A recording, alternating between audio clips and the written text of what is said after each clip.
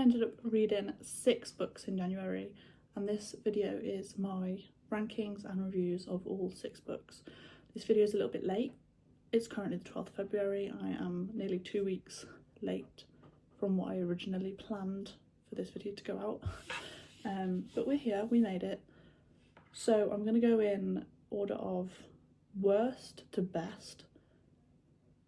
Number 6 on my list, the worst book I read in January, which felt like I read it a couple days ago, but it was actually like 2 weeks ago. Anyway, was The Crash by Freida McFadden. I was so excited to read this when it came out. I've made a whole separate video on it. I hated it. I hated every second of it. I ended up ranking it 2 stars purely because I enjoyed the first like 30%, and I did finish the whole book as much as I didn't want to. I just can't put into words my frustration with this book. If you've seen the other video I did, you'll understand. But I hated it. It was so repetitive. The characters were getting on my nerves. Half of the book was just boring. The main character had no survival instincts whatsoever, and it was just really getting on my nerves. So yeah, that's that one. That was the worst book I read in January. Probably the worst book I've read this year so far. And I know she has another book called The Tenant, I think, coming out later in the year. I don't know when.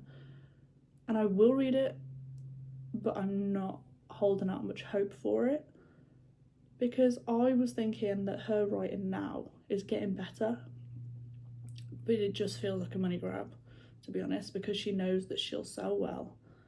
So she's producing those more books, and then they're rushed and they're a bit shite. So number 5 on my list is a drastic difference in quality. This book was so much better, but I still rated it 3 stars purely because it took me a while to get into it. I wanted to read the series for so long. Well, it's not really a series, it's more of, they're standalone books, but there's some sort of elements that link together. That is The Marriage Act by John Marrs. I rated this 3 stars purely because the storyline at the beginning wasn't very intriguing for me. I was a bit confused. But no, towards the end I enjoyed it a lot more, and I really liked the twist at the end. But yeah, this one took a little bit longer for me to get into. But when I first got my Kindle, the first book I was originally going to read was the one by John Marrs, and they're in the same sort of universe as The Passengers, The Minders, I think it's called, and The Family Experiment. And The Family Experiment is my favourite book of all time at the moment. Nothing is yet to beat that. Number 4 on my list, I listened to the audiobook, and then, no, I listened to the first half on audiobook and then I read the second half. I rated this one 4 stars. It's The Stranger in Her House by John Marrs. I am going through a John Marrs phase at the moment. In my next video where I rank my February books, it's pretty much mostly John Marrs, I think. Because his books are free with the Kindle Unlimited audiobooks. But yeah, I'm loving them at the moment. The Stranger in Her House was one of the better ones I've read. I was really intrigued from the beginning, and I wanted to figure out what was going on. I thought the twists were a little bit predictable, and I kind of liked the backwards and forwards between the man and the woman. I can't remember their names. And I don't want to spoil it if you are going to read it, but I wasn't a big fan of the ending.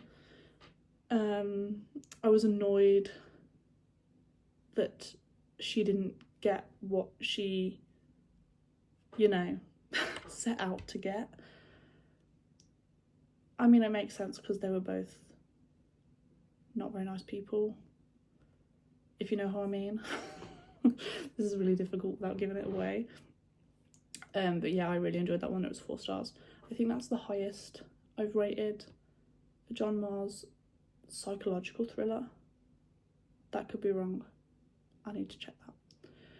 But the next 3 I ranked all 5 stars. So my first month of 2025, I have already ranked 3 books 5 stars. So I'd say that's a pretty good month. Number 3, however, they were very close. There's a couple things that are separating them. But number 3 I put as Nightbane. Nightbane, I was so excited to read Nightbane, so excited. I read Lightlark and I read Nightbane in the same week. I did a whole video on it, and I brought Skyshade as well. I'm still yet to read that one. I don't want to read it because I don't want the series to be over. But I did buy the Lightlark special edition. It was £25, but I had a £10 Waterstones gift card, so so I used it for this. But look how gorgeous it is. Oh my god. Is this gonna work? There we go. Look how pretty. And then it's got loads of artwork on there. No, it's at the back. Never mind. It's got all the characters in the back. I think Lightlark is probably one of my favourite books that I've read as well. I was just amazed by it, and I can't wait for the films. Every time I see Alex Aster posting on Instagram, I'm like straight to her story to see if there's any updates on the film, but then there never is. So, but anyway, yes, number 3 on my ranking list is Nightbane. Number 2 is Lightlark.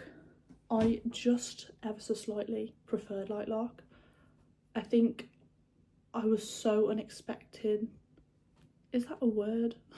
No. I was not expecting the twist at all, and it really caught me off guard. And I love when the books do that, because whenever I read a thriller, like from the first page I'm predicting what the plot twist is going to be, and I really should stop doing that, but I can't help it. But with Lightlark, I wasn't expecting there to be such big of a twist, and I loved it.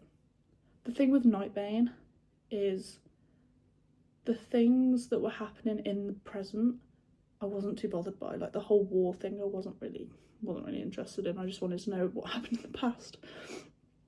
But yeah, I loved every second of Lightlark. It was great. And then number 1 on my list is actually the first book I read in January, and it's The One by John Marrs. I was so annoyed with myself for leaving this for so long because I enjoyed so much. I did not want to finish it. I wanted it to carry on forever. The concept was just perfect. His writing is just amazing, I have to say it. I love it. His sci-fi thrillers, or speculative thrillers, is that what they're called? I find so much better than his psychological thrillers.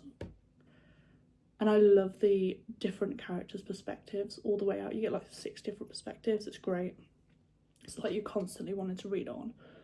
It's just 5 out of 5 stars. Still doesn't beat The Family Experiment, but it's up there as one of the best books I've read with Lightlark. Amazing. Highly recommend. If you haven't read it,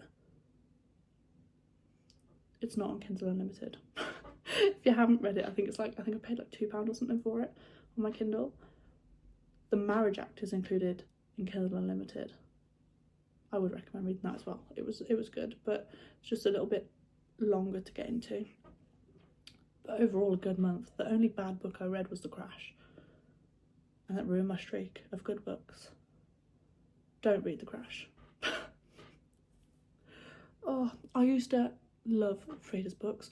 I have literally read everything apart from The Perfect Son. I have read. What's going on? It's just, what's going on? That is all for today's video. I'm going to attempt to do one of these for every month of the year, but I'm not making any promises because I tried to do it last year, it didn't work. I think I did 1 out of 4. So we'll see how it goes. I will try my hardest. I do want to put more effort into my YouTube channel, but I just don't know what to record. If you have any video ideas, actually, if you get this far and you're still watching right now, please comment a video idea for me to do, and I will do it. Thanks. Bye.